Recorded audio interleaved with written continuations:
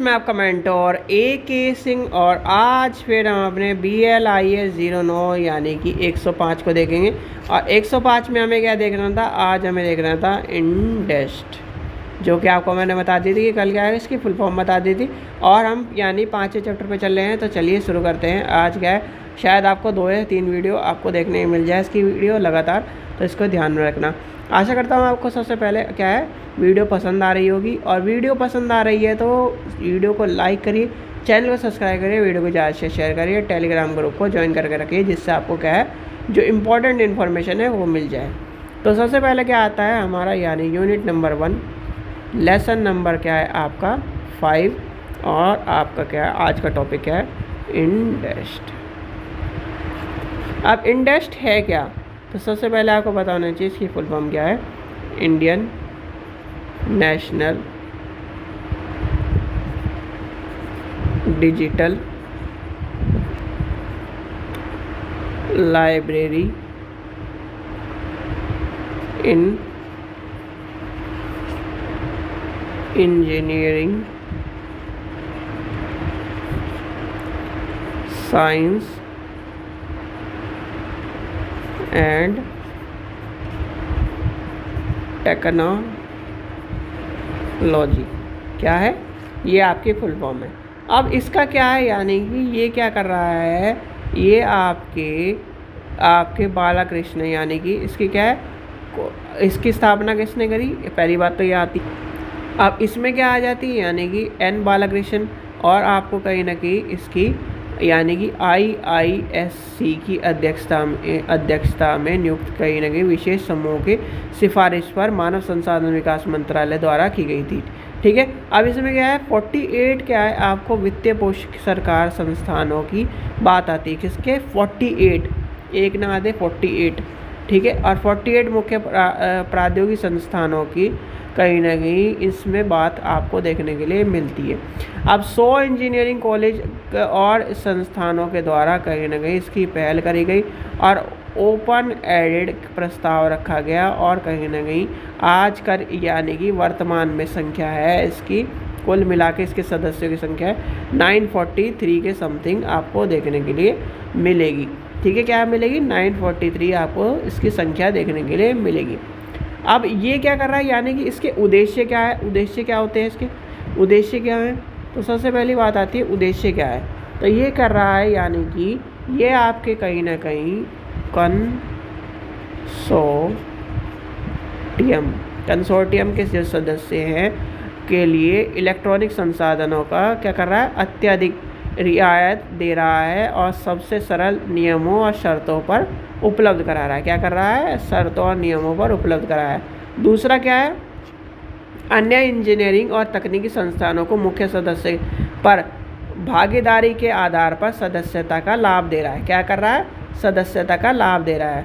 फिर क्या आ रहा है आपका, तीसरा पॉइंट लिखिए, सदस्य यानी सदस्य पुस्तकालयों के सहयोग और बातचीत के साथ साथ उन्हें अवसरों की क्या कर रहा है, अवसर दे रहा है, अवसर दे रहा है। फिर आपका आ जाता है, इसके नेक्स्ट पॉइंट आ जाता है, प्रकाशनों की गुणवत्ता और मात्राओं को संदर्भ में सदस्य संस्थानों के क्या है, वैज्ञानिक उपलब्धियों को बढ़ावा देता है। तो ये आपको देखने के लिए मिलता है, क्या मिलता है, बढ़ावा देता है। फिर आते हैं इसकी मुख्य गतिविधि, क्या कहते हैं, मुख्य या प्रमुख गतिविधि लिख लीजिए, मुख्य गतिविधि की जगह प्रमुख गतिविधि लिख लेते हैं। प्रमुख गतिविधि क्या है इसकी, प्रमुख गतिविधियाँ होती है जो आपका कहीं ना कहीं सदस्य है, यानी कि सदस्य के इसके संस्थानों के इलेक्ट्रॉनिक सदस्यों के व्याख्या करना, आपका कहीं ना कहीं जो उसके यानी कि नए संसाधनों का जो पहचान है, यानी कि नए संसाधनों की पहचान करना। सबसे पहले लिखिए क्या करना है, सबसे क्या है, इलेक्ट्रॉनिक संसाधन, यानी कि इलेक्ट्रॉनिक संसाधन ई रिसोर्सेज की व्याख्या करना। फिर आपका क्या है, न्यू रिसोर्सेज की पहचान करना। फिर आपका आ जाएगा पॉइंट नंबर 3,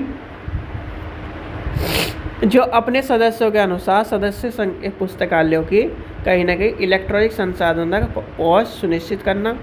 फिर आपका हो जाएगा 4 नंबर क्या है, इलेक्ट्रॉनिक संसाधनों के उपयोग पर सदस्य संसाधनों के लिए प्रत्यक्ष कार्यक्रम आयोजित करना। फिर आपका आ जाएगा 5वां नंबर, सदस्य पुस्तकालयों के बीच बातचीत का प्रोत्साहन करना। तो ये आपका कहीं ना कहीं आ जाएगा ऑप्शन नंबर, यानी कि 5 आपको चीज़ें देखने की। फिर आते हैं इसके सदस्यता, यानी कि सदस्यता। अब आता है सदस्यता की। अब यानी कि कोर सदस्यता की बात है, सबसे पहले आ जाएगी कोर सदस्यता। कोर सदस्य संस्थाएं। अब कोर सदस्य संस्थाएं में क्या है, 48 वित्तीय पोष्य कहीं ना कहीं सरकारी संस्थाओं का कोर्सेट के रूप में कोर ग्रुप गठन किया गया है, जिसमें आवंटन इन संसाधनों के आधार पर निम्न 4 श्रेणी बांटी गई है। क्या कर गई है, 4 समूह में बांटा गया है। समूह नंबर 1, समूह नंबर 1, समूह 2, समूह 3, समूह 4। अब ये क्या है, समूह 2, समूह 3, समूह 4। तो ये आपके आ जाएंगे, ये क्या हो जाएगा, IIIT। फिर आपका हो जाएगा IIM और आपका NITIE,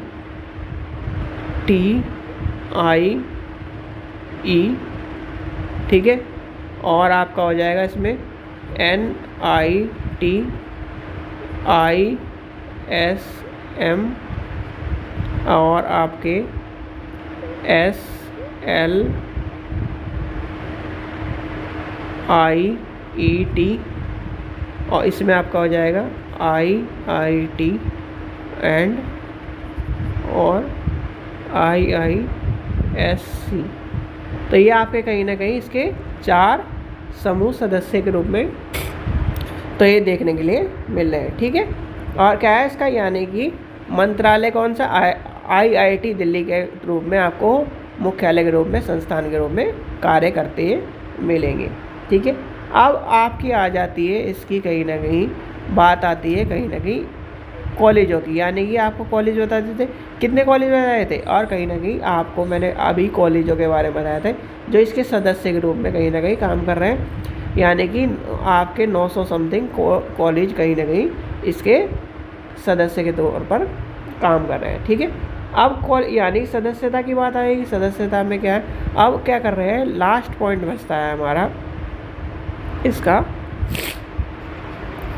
कंसोर्टियम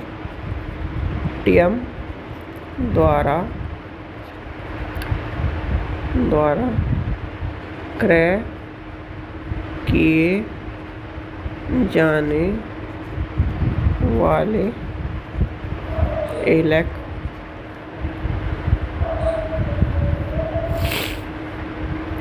इलेक्ट्रॉनिक संसाधन। अब इसमें कौन कौन से आएंगे, इसमें 2 पॉइंट आपको देखने हैं। पहला पॉइंट आपका आ जाएगा पूर्व पाठ इलेक्ट्रॉनिक संसाधन। दूसरा आ जाएगा ग्रंथ सूची डेटा बेस।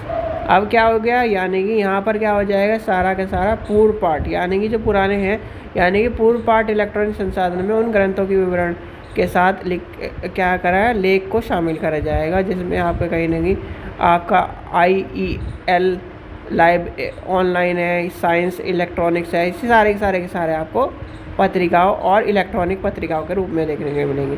फिर आपका आ जाए ग्रंथ सूची डाटाबेस। क्या है, जितनी भी आपकी सूची है, जितने भी आपके क्या है जर्नल्स है, उन ग्रंथ सूची है, उनका क्या करना है, हमें एक डाटाबेस के तौर पर तैयार करना है।